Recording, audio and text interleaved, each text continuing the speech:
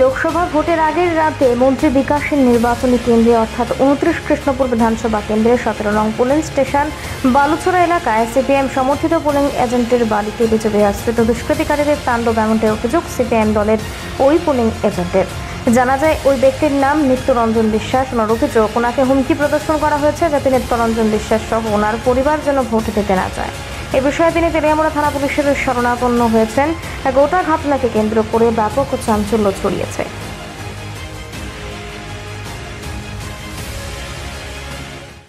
আমি communist party করি আমি পুলিং এজেন্ট থাকলাম রাত্র একটা বিষয়া মানে এলু ভাতারে বাড়ি দুলি মানে দরজা মজা বানিয়া আমার একটা 16,000 টাকা দামের মোবাইল আর আমার মেয়ের একটা গলার আসলো এটাও লয়ে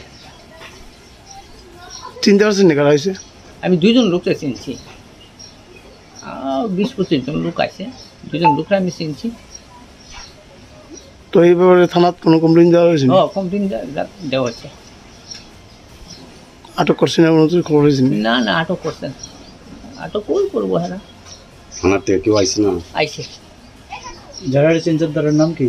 না আমি দেখেন, আমি আপনারা সামনে এখন করতাম না, কারণ আপনারা ওখানে আইসেন, আপনারা ডিউটি সেরে দেবেন। আমি ওই তো রাত্রেবেলা আমি আমার হুমকি দিয়ে গেছে যে যদি কোনো কিছু হয় তাহলে তুমি এখানে আর প্রাণে বাঁচতা না। তার রাজনৈতিক ব্যাকগ্রাউন্ড? তারা ব্যাকগ্রাউন্ড তো বিজেপি দলের, জয় শ্রীরাম করে আমার আয়া বাড়িতে ঢুকছে।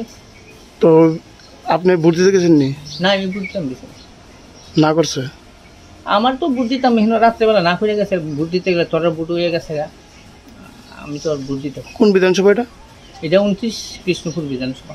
আপনি কোন বুথের এজেন্ট ছিলেন? আমি 17 নং বুথের।